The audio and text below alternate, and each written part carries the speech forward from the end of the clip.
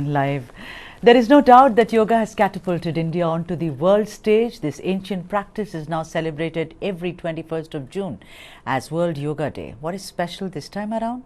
It's that Prime Minister Modi will lead the International Day of Yoga celebrations at the United Nations headquarters in New York, in what promises to be the world coming together to celebrate India's mantra for complete wellness.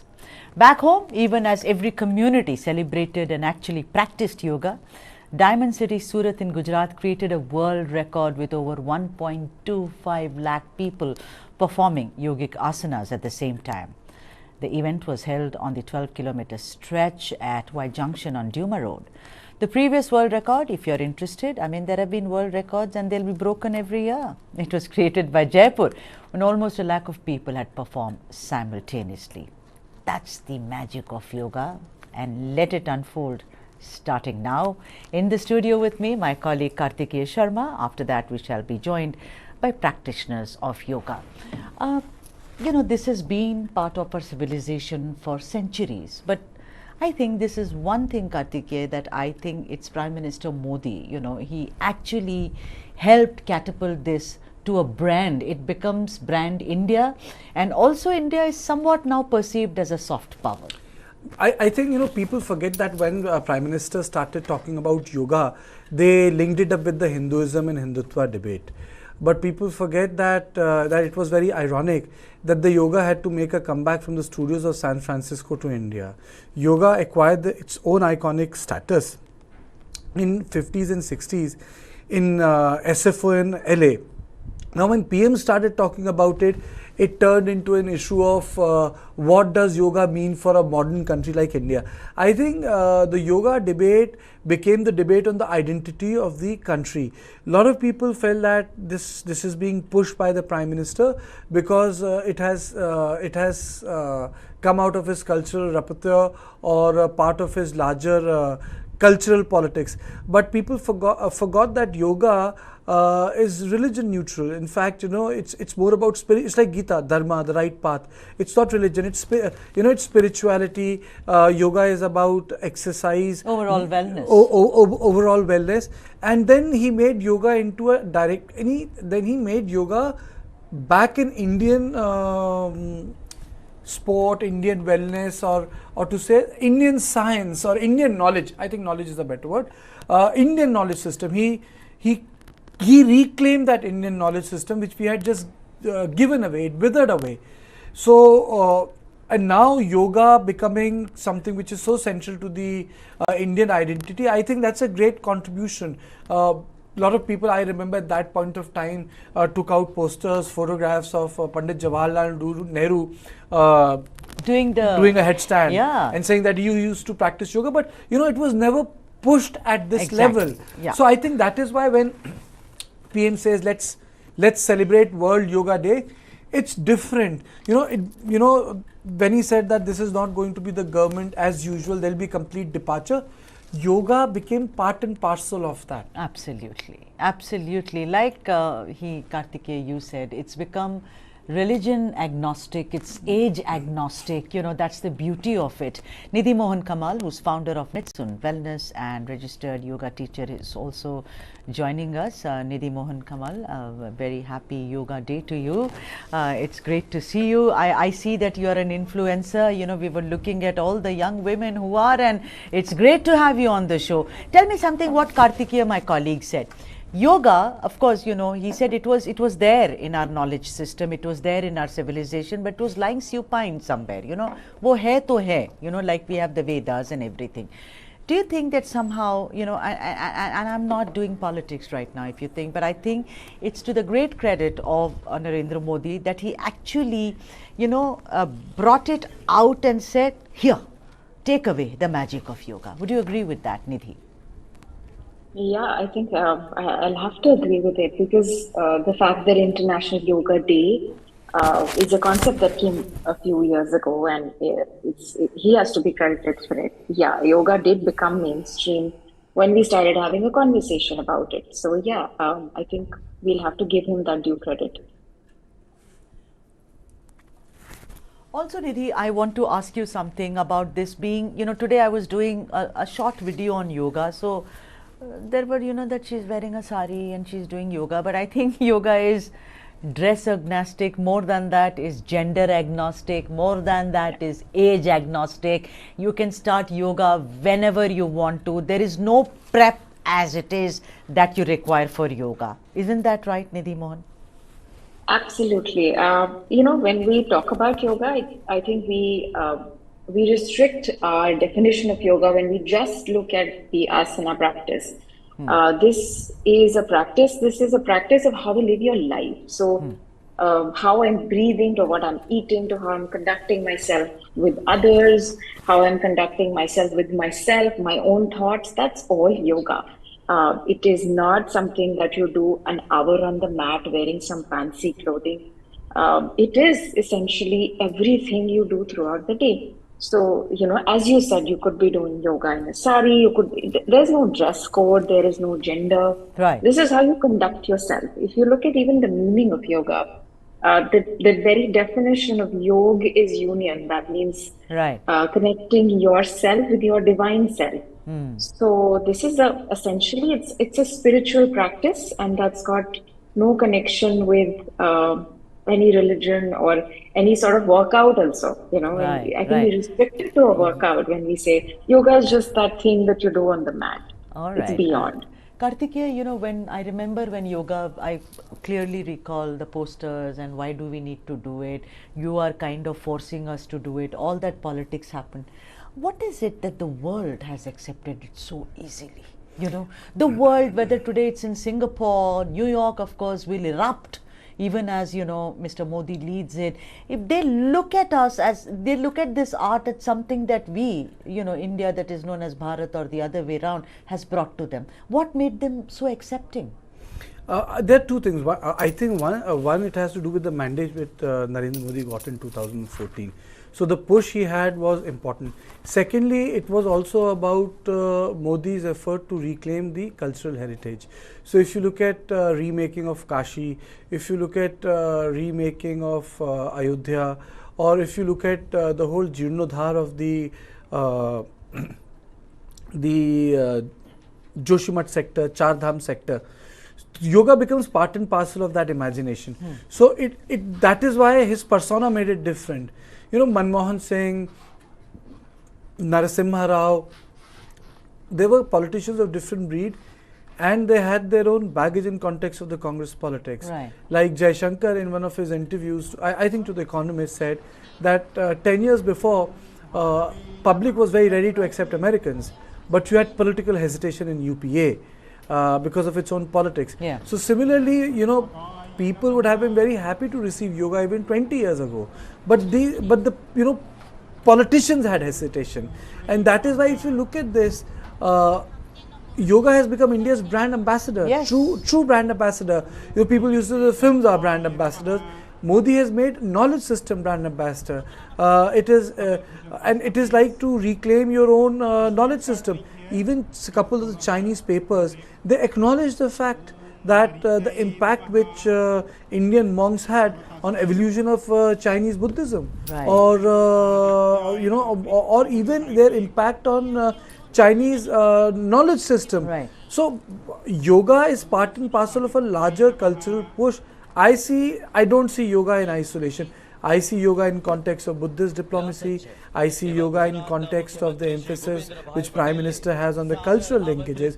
It is even like Tamil Nadu, a lot of people like different. He talks about the temples and he talks about the cultural affinity which the Tamil Nadu has with rest of the country. Absolutely. That's what makes him unique. Yeah, and you spoke about Jawaharlal Nehru, Mrs. Gandhi and Dhiren Brahmachari. I mean, we all know that she was also practicing yoga for some time, but you're right, it was all there, but they did not see to it that it was manifested in a particular way, that it became a cultural link. I think, there was also one thing by 80s and 90s, people thought that yoga is something esoteric. Yeah. Yoga is something like an old science, But even in 80s, when, it's not that yoga was not part of the curriculum. People thought, let's play football, let's do this, the whole drive to get ourselves inserted into West-led modernity. But yoga, to push yoga, Prime Minister has broken that prism of West-led modernity. I'm not saying that yoga needs to be modern to be relevant. The whole idea is that yoga becomes part of a larger identity, which is, as you said, religion agnostic. Yes, absolutely. Nidhi Mohan Kamal, I want you to today, we are getting visuals, all communities performing yoga. I mean, some wonderful pictures there.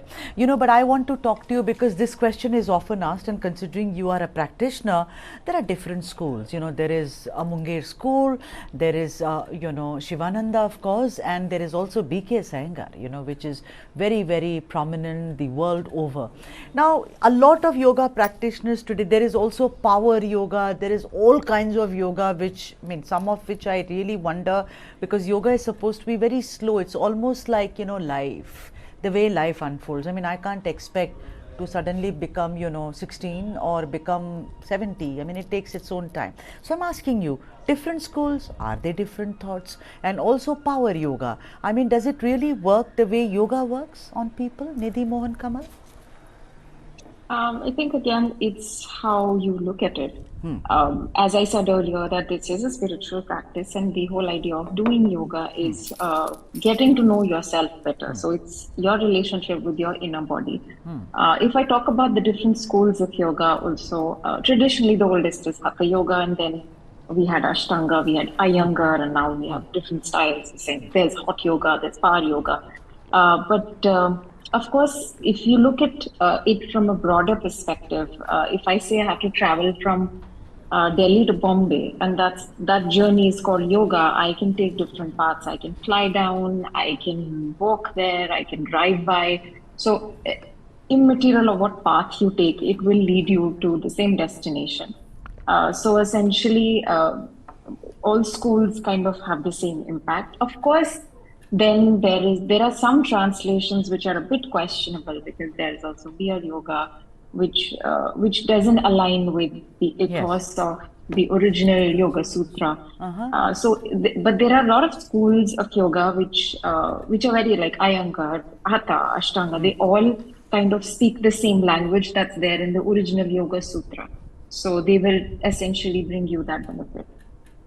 Right. Also, Nidhi, I want to ask you something that, before I turn to my colleague, is that, they say that yoga, as I understand, if you have a mat, if you have a place, you can sit there and practice yoga. But there is, correct me if I'm wrong, a lot of people feel that yoga requires a lot of preparation. Somehow it is like you have to be cleansed before you start doing yoga. Is that a myth? Yes and no, both, because Yoga Sutra talks about Dincharya. So yoga is about leading your life a certain way as well, which means waking up, brushing your teeth, taking care of your body in terms of cleansing it. That is a process, but it doesn't stop you from getting on the mat. Just getting on the mat any time of the day, unprepared, absolutely, even if it is with taking just a few breaths. You're doing pranayam, you're doing it 100% correct. You don't have to really follow a process, so to speak, to get to the mat. So it's yes or no, both. But yes, yoga does talk about Dincharya, which is, leading your life at a level of a discipline. Right. Kartikeya, I want... May I ask a question to her? Yeah, this is my colleague Kartikeya Sharma, Nidhi Mohan. He wants to ask you a question, please. Nidhi, I would like to know, what does the word yoga mean? And with which philosophy it is connected to? Is it correct to say that the yoga emanates from the Lord Shiva? Is it correct? Mythologically, where does it come from? Who wrote about yoga in our scripts? Which gods are associated with yoga? Can you just take us through that imagery? Okay. So the concept of yoga is first talked about in depth in Patanjali's Yoga Sutra. It was the sage Patanjali who wrote about it. And the literal translation of yoga is yug, which means union of yourself with your divine. Now, there is no definition as such as what you call that divine. This is the divine self, right? So that's the idea. You can name it whatever you want, but Sage Patanjali's definition of yoga is this. And if I go by the actual definition of what we say call as yoga is, it's a verse from Yoga Sutra, which is yoga, chitta, vritti, nirodha, which means yoga is a path by which your chit again is something which doesn't have a literal translation, but loosely translated as mind. Yoga is something that cleanses your mind of all the vrittis or of all the ripples in your mind that are there. So it's a process which is meant to clear up your mind. If I could translate it quickly into a few words. And what is the basic difference between Iyengar and Hatha Yoga? The schools of thought. Hatha yoga is it's kind of a translation of the oldest form of yoga. And Iyengar is IBS Iyengar, the guru. He translated a bit of that to create a practice that was fit for everyone. So Iyengar yoga uses a lot of props. Essentially because that's a yoga practice that can be used by everyone. So no matter you have a disability, no matter that you're unwell, you could have a hip that is artificial or replaced. You should still be able to do yoga, and that was his philosophy. So yeah, like just different forms of yoga. Right. And talking about which, Kartikeya, I mean, we should also give credit to, some in the modern world, as it were. She spoke about Patanjali, of course, but the original Patanjali. But Baba Ramdev, I think he also has a great hand in popularizing. For instance, when we speak about ghazals, I mean, it was no more the bastion of those who knew the grammar of Urdu. I mean, Jagjit Singh brought it out so that everyone could hear it. Do you think that people like Baba Ramdev, they have a big hand in seeing to it that it becomes a household name? Yes, I would say that that's the subaltern part. Yeah. Baba Ramdev was more accessible. Baba Ramdev was more reachable. So Baba Ramdev could connect to a lot of people. You had controversial yoga gurus in the state who went to jail, like Bikram. You had a lot of successful yoga gurus, but they made yoga into a sort of a fad, like hot yoga, cold yoga. So I think yoga is beyond a fad. I think that there are multiple parts to a yoga. The yoga, to me, if you ask me, it's my way of salvation for an anxiety and a stress-free life. To someone it can be good health, but yoga is in unique position today because not only it's about identity, I think it's also a way of getting people together. We forget one thing, yoga could have been done individually. It doesn't need to be a participatory art. But if you look at the organization of yoga today in this regime, it is participatory. So yoga has been used as a tool by the political dispensation to bring people together. Right. Because yoga is not a mass art. Yoga is not a mass art traditionally, but look at the way it has been. It's like Swachh Bharat campaign. Look at the way it has been deployed. A mass movement, as it were. So it has been deployed very differently by this government. Right. Nidhi, I want to come to you. Kartikeya spoke about that it is not supposed to be a mass kind of an art.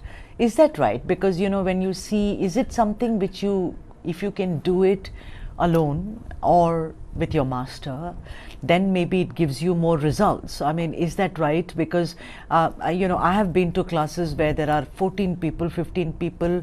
Somehow I'm an individual, it's tough for me. But when a master is just training me and someone else, 2 people in the room, it seems to work better for me. So is that the method of yoga, as it were, Nidhi? It's as Kartikeya rightly said, it is an individual practice. Okay. You do have to internalize what's happening. But yeah, it's done in groups because convenience, yes. And then your accessibility to a teacher can be limited when you do it one-on-one. But when you do it in a group, obviously a teacher can address a larger audience, and probably that's the reason why this has become like a class practice. Yeah. But otherwise, it's an internal practice. You have to be focused inside of your own body, feeling your breath, looking in a certain direction. So yeah, it is definitely an individual practice. There's no denying in that. So if there are the 10 yogasans which every person should do, what are those 10 yogasans?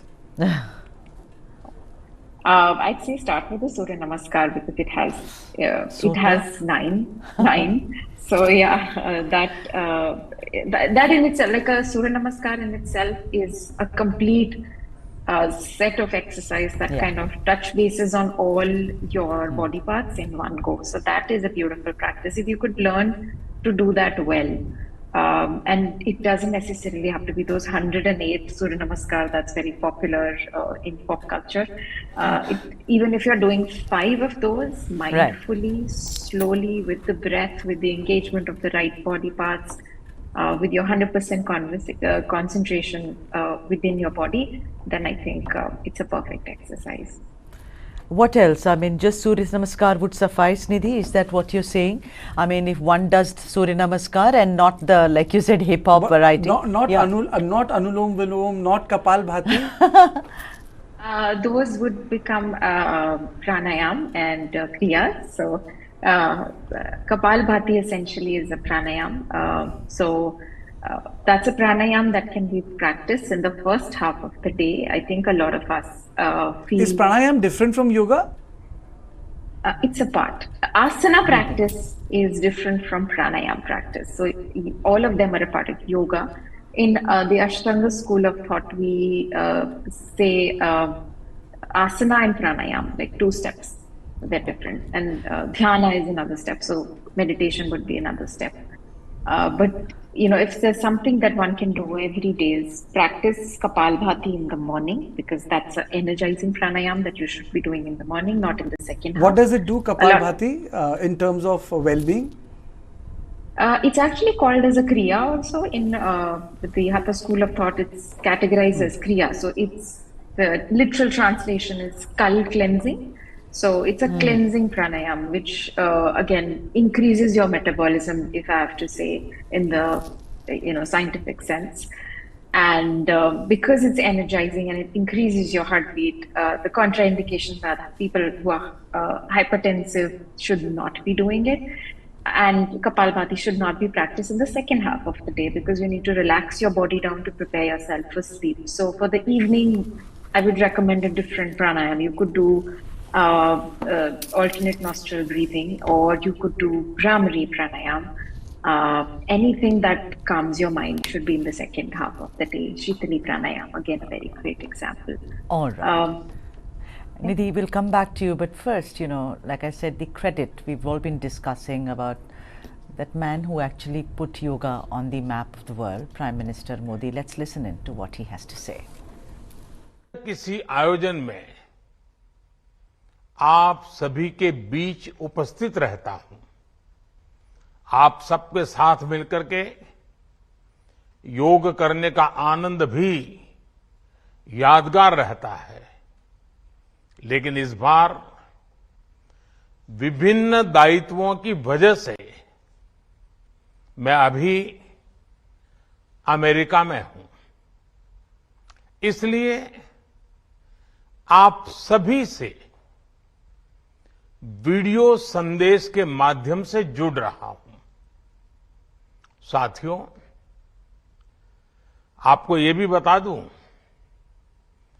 कि भले मैं आपके बीच योग नहीं कर पा रहा हूं, लेकिन योग करने के कार्यक्रम से भाग नहीं रहा हूं। और इसलिए आज शाम को भारतीय समय के अनुसार शाम 5:30 बजे करीब करीब संयुक्त राष्ट्र यूएन के मुख्यालय में जो विशाल मात्रा में योग कार्यक्रम हो रहा है, मैं उसमें शामिल होऊंगा। भारत के आह्वान पर दुनिया के 180 से ज्यादा देशों का एक साथ आना ऐतिहासिक है, अभूतपूर्व है। आप सबको याद होगा 2014 में जब यूएन जनरल असेंबली में योग दिवस का प्रस्ताव आया तो रिकॉर्ड देशों ने इसे समर्थन दिया था। तब से लेकर आज तक अंतर्राष्ट्रीय योग दिवस के जरिए योग एक वैश्विक आंदोलन बन गया है, ग्लोबल स्पिरिट बन गया है। साथियों, इस साल योग दिवस के कार्यक्रमों को ओशन रिंग ऑफ योगा इसने और विशेष बना दिया है।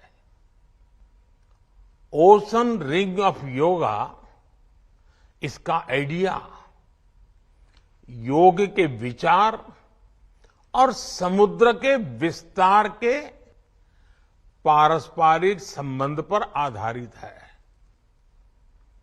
सेना के जवानों ने भी हमारे जल स्रोतों के साथ एक योग भारतमाला और योग सागरमाला बनाई है। इसी तरह आर्कटिक से लेकर अंटार्कटिका तक भारत के 2 रिसर्च बेस यानी पृथ्वी के 2 ध्रुव भी योग से जुड़ रहे हैं। योग के इस अनूठे सेलिब्रेशन में देश दुनिया के करोड़ों लोगों का इतने सहज स्वरूप में शामिल होना योग के प्रसार और प्रसिद्धि को, उसके महात्म्य को उजागर करता है। भाइयों और बहनों, हमारे ऋषियों ने योग को परिभाषित करते हुए कहा है, युज्यते एतद इति योगः, अर्थात जो जोड़ता है वो योग है। इसलिए योग का ये प्रसार उस विचार का विस्तार है जो पूरे संसार को एक परिवार के रूप में समाहित करता है। योग के विस्तार का अर्थ है वसुधैव कुटुंबकम की भावना का विस्तार। इसलिए इस वर्ष भारत की अध्यक्षता में हो रहे G20 समिट की थीम भी one earth, one family, one future रखी गई है। और आज पूरी दुनिया में करोड़ों लोग योगा फॉर वसुधैव कुटुंबकम की थीम पर एक साथ योग कर रहे हैं। साथियों, हमारे योग इसके संबंध में ग्रंथों में कहा गया है, व्यायामात लभते स्वास्थ्यम दीर्घ आयुष्यम बलम सुखम, अर्थात योग से, व्यायाम से हमें स्वास्थ्य, आयुष और बल मिलता है। हम में से कितने ही लोग जो बीते वर्षों में योग से नियमित जुड़े हैं, उन्होंने योग की ऊर्जा को महसूस किया है। व्यक्तिगत स्तर पर हमारे लिए बेहतर स्वास्थ्य कितना महत्वपूर्ण होता है, ये हम सब जानते हैं। हमने ये भी देखा है कि जब हम स्वास्थ्य संकटों से सुरक्षित होते हैं तो हमारा परिवार कितनी ही परेशानियों से बच जाता है। योग एक ऐसे स्वस्थ और सामर्थ्यशाली समाज का निर्माण करता है जिसकी सामूहिक ऊर्जा कई गुना ज्यादा हो जाती है। बीते वर्षों में स्वच्छ भारत जैसे संकल्पों से लेकर स्टार्टअप इंडिया जैसे अभियानों तक, आत्मनिर्भर भारत के निर्माण से लेकर सांस्कृतिक भारत के पुनर्निर्माण तक देश और देश के युवाओं में जो असाधारण गति दिखी है, उसमें इस ऊर्जा का बहुत बड़ा योगदान है। आज देश का मन बदला है और इसलिए जनजीवन भी बदला है।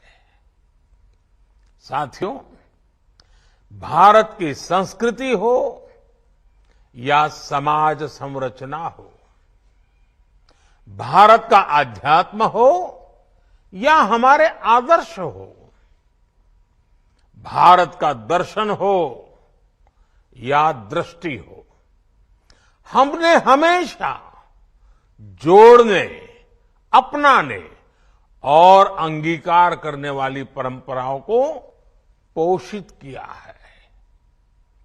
हमने नए विचारों का स्वागत किया है, उन्हें संरक्षण दिया है। हमने विविधताओं को समृद्ध किया है, उन्हें सेलिब्रेट किया है। ऐसी हर संभावना को योग प्रबल से प्रबलतम करता है। योग हमारी अंतःदृष्टि को विस्तार देता है। योग हमें उस चेतना से जोड़ता है जो हमें जीव मात्र की एकता का एहसास कराती है, जो हमें प्राणी मात्र से प्रेम का आधार देती है। इसलिए हमें योग के जरिए हमारे अंतर विरोधों को खत्म करना है। हमें योग के जरिए हमारे गतिरोधों और प्रतिरोधों को भी खत्म करके रहना है। हमें एक भारत श्रेष्ठ भारत की भावना को विश्व के सामने एक उदाहरण के रूप में प्रस्तुत करना है। भाइयों बहनों, योग के लिए कहा गया है, योगः कर्मसु कौशलम, यानी कर्म में कुशलता ही योग है। आजादी के अमृत काल में ये मंत्र हम सभी के लिए बहुत अहम है। जब हम अपने कर्तव्यों के लिए समर्पित हो जाते हैं तो हम योग की सिद्धि तक पहुंच जाते हैं। योग के जरिए हम निष्काम कर्म को जानते हैं। हम कर्म से कर्म योग तक की यात्रा तय करते हैं। मुझे विश्वास है, योग से हम अपने स्वास्थ्य को भी बेहतर बनाएंगे और इन संकल्पों को भी आत्मसात करेंगे। हमारा शारीरिक सामर्थ्य, हमारा मानसिक विस्तार, हमारी चेतना शक्ति, हमारी सामूहिक ऊर्जा विकसित भारत का आधार बनेंगे। इसी संकल्प के साथ आप सभी को योग दिवस की एक बार फिर बहुत बहुत शुभकामनाएं। धन्यवाद। Nidhimohan Kamal, you heard what the Prime Minister said. I just want to come to you about the balance, the holistic approach between mind and body. Now, this generation, I mean, why this generation? I don't want to be judgmental, but for the longest time, we face certain mental questions, and mental ailment and illness and wellness is now at the center of attention for everybody. We don't take it lightly anymore when someone says, I'm stressed out, I've got anxiety, I get panic attacks and everything. Prime Minister Modi spoke about it. Of course, Gandhi also said, you know, that a healthy body, a healthy mind will only live in a healthy body. Tell me something, at what stage does yoga actually start helping your mind to rid itself of all the extra baggage of what is called complete stress? Is this more philosophical, or is it also, does it happen physiologically? There's a lot of scientific evidence, a lot of peer-reviewed studies that have now proven that yoga practice can definitely help you in managing your emotions better. I will not say stress and anxiety and depression, because these are clinical conditions that need to be ruled out. So I will not say that that's a solution, but managing your own self, managing your own emotions is the start of everything. And I think all of this starts with just taking a deep breath, because when we are stressed out and when we are going through any emotion that is unsettling for our body, you know, the breath gets shorter and shorter. And one thing that we do mindfully when we even start a yoga practice is focus on our breath, because any kind of yoga practice, whether you talk about sitting in meditation, whether you talk about a pranayama practice, or whether you're doing any form of asana, breath is very important. Where are you breathing in and where are you breathing out? How are you breathing in and how are you breathing out? If right now everyone sitting here can just focus on first aligning their back straight.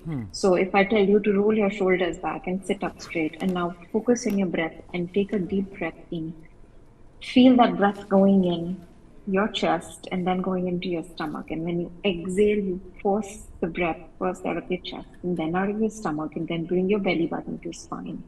Do it 4 times. You will see that somewhere you slow down a little bit. Everything kind of slowed down, and that's where you start getting certain clarity of what is going on with you, what's going on around you. So breath is our anchor. We call it pranayam, and because we call our breath as pran. Pran, yes. Right? Pran is life. So yes. Essentially, breath is what's bringing life into you. And that's the most neglected thing. It's involuntary, but you can become conscious of it. The moment you become conscious of it, there's already so much improvement. Right. And if 5 breaths can do this to you, imagine if you're doing a whole practice, how much grounding would that be? Okay. Nidhi, I also want to focus on food. You know, this vegetarian versus non-vegetarian. Prime Minister Modi is vegetarian. I see B.K. Sayangar was vegetarian. So far as I know, I've read, you know, what he's written. Lots of yoga gurus tend to be vegetarians. Does it really matter that you have to eat more of what is called vegetables and fruits and the derivatives of that?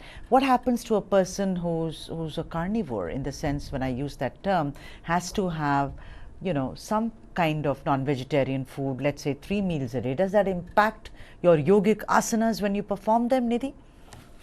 Absolutely, it does. I think if you go to any school and you start learning yoga, the first thing that they will tell you is that you need to be on a sattvic diet. Okay. Yoga, Ayurveda both talk about all food items in terms of sattvic, rajasic and tamasic, and all your non-vegetarians come under tamasic. Sattvic food is something that is whole foods derived from grains. So, you know, essentially all vegetarian food is going to be sattvic food. If you talk about what is going to be the impact of a non-vegetarian food item on your thought process, if I talk about it from an energy point of view, everything that around you carries energy. You are energy, I am energy. We can't see it, but we define it. When somebody enters the room, you read the energy. And sometimes you can somebody entering the room can either make you calm or uncomfortable, because your energy and their energy kind of clashes or goes together. But similarly, everything is energy. So when you kill an animal, prior to what happened, the emotions that go into the animal was in pain. So essentially, when you're consuming something that has come from so much pain, that is not going to bring you a lot of joy. That's not emotionally, that cannot be settling. And if we are talking about our Right. connection with the divine, and yoga is that medium. So if food unsettles me, then it can't bring me to divine. And that is essentially why we push so much to be on a sattvic diet. And Right. again, scientifically speaking, again, there's loads of peer review studies that have been done that prove now that a vegetarian diet is good for your overall well-being. I'm vegan myself, so I can speak Oh, to you're that for sure. vegan yourself. Okay, Yeah. fabulous. Kartikeya, tell me something. You know, the kind of, I want Nidhi also to answer this, the kind of professions people pursue these days and the what we are into media, which gives you absolutely no time. I heard you do yoga in the morning. Does it really kind of I'll tell you what is really in shortage. In shortage is time. You know that agar if I don't do this, if you don't conduct the meeting at 8:30 in the morning, then it's going to have a cascading. If you don't tell people constantly what to do, it's going to have a cascading. So there is a kind of a war between things. Do you think that yoga really helps you to calm down and look at things from a different perspective? I think yoga helps me to disconnect. It helps me to concentrate. It helps me to break through the clutter of feelings and useless information which clouds your mind. As any journalist, because you are in process of deciphering which is the most important thing you need to do today. So it helps me that it helps me to deal with the anxiety of the news flow. And yoga works at multiple levels. For some, yoga is just expenditure of energy, but for me, yoga is regulation of my breath. Yoga exercise, very few exercises are there apart from swimming, which exercise your organs. If you do pranayam, if you do other kriyas, you exercise your organs. So it is very important in context of the diet you get these days, which is very carbohydrate and fat dense. So pranayam, kapalbhati, they help you a lot. Then a couple of yogasana. We have a sitting, long days, long hours of sitting. Yeah. So it helps you there in context of your spine. So for me, yoga is an antidote to all the problems which a modern lifestyle brings you. So after my walk, I think yoga is the most important, and I think my day is not complete if I don't do Anulom Vilom and Kapalbhati in morning. So it is an intrinsic part of my life. It's like puja. Wonderful. Nidhi Mohan, before I let you go, I just want to ask you one last question. Today is Yoga Day. The world is celebrating. Prime Minister is there in New York. It's a very special day for all of us. Tell me something, that is it imperative that before you start yoga, you need to go speak to your doctors and not really start off, because there are dime a dozen today, not sitting on judgment, yoga masters, as it were. Yeah, I think it's good to kind of have that discussion because especially when you have an ongoing issue, like I said, a very simple pranayam could also have a contraindication for somebody who has a lifestyle disorder like hypertension. So it's wise to actually get clearance from your medical practitioner before you go in for any such things. And if we are talking about just the asana practice, the idea of getting into a posture and becoming strong and using your breath and using your concentration to be there is in yoga also, it's sthira sukha. That means I find my grounding and I find my sweet Right. spot. So if consistently a yoga practice is giving you aches and pains, that means you need to relook at your practice. You should be getting stronger and you should be finding your grounding and you should be finding some joy in your practice, and that's essential. Thank you so much, Nidhi Mohan Kamal, for joining Thank you. us on the broadcast. Thank you so much, Kartikeya, also for joining us. Today is Yoga Day. And I'm going to also say what Prime Minister Modi said, Yoga Karma Kaushalam, which means yoga is pure action in skill. Thank you for watching.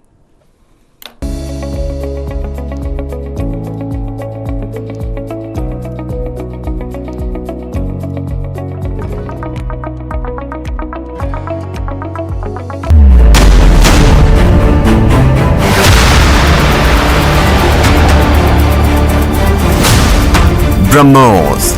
Stealthy, lethal, precise. It flies at 3 times the speed of sound and cuts through a warship like a hot knife through butter. China's navy has threatened its neighbors, and they are turning to the BrahMos for protection. The Warship Killer. This and more streaming on world's first news OTT, News9 Plus. Download now.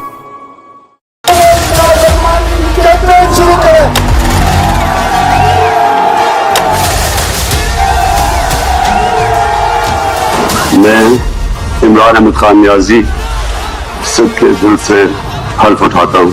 When Imran Khan came initially into politics, he thought his personal popularity would be sufficient for him. It didn't happen.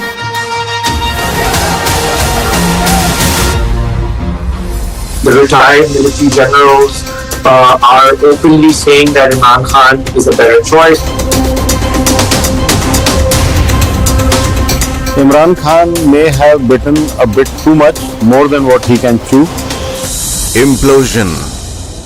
This and more streaming on world's first news OTT, News9 Plus. Download now.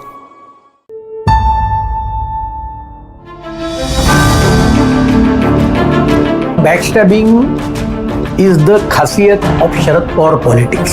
We all call him the walking, talking encyclopedia. Nobody has been able to actually frame Pawar. और ये शरद पवार की भूमिका नहीं निभा रहे, ये ललिता पवार की भूमिका निभा रहे।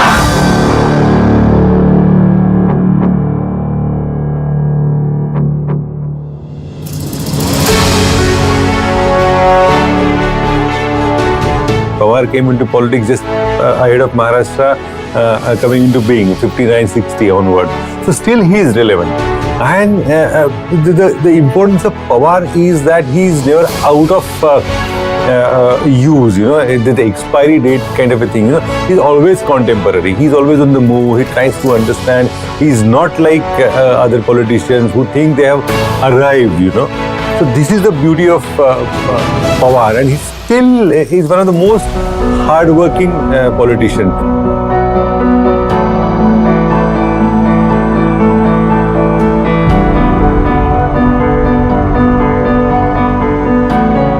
We all call him the walking, talking encyclopedia.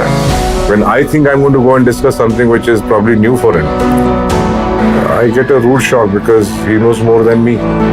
It starts with 1978 when he backstabbed.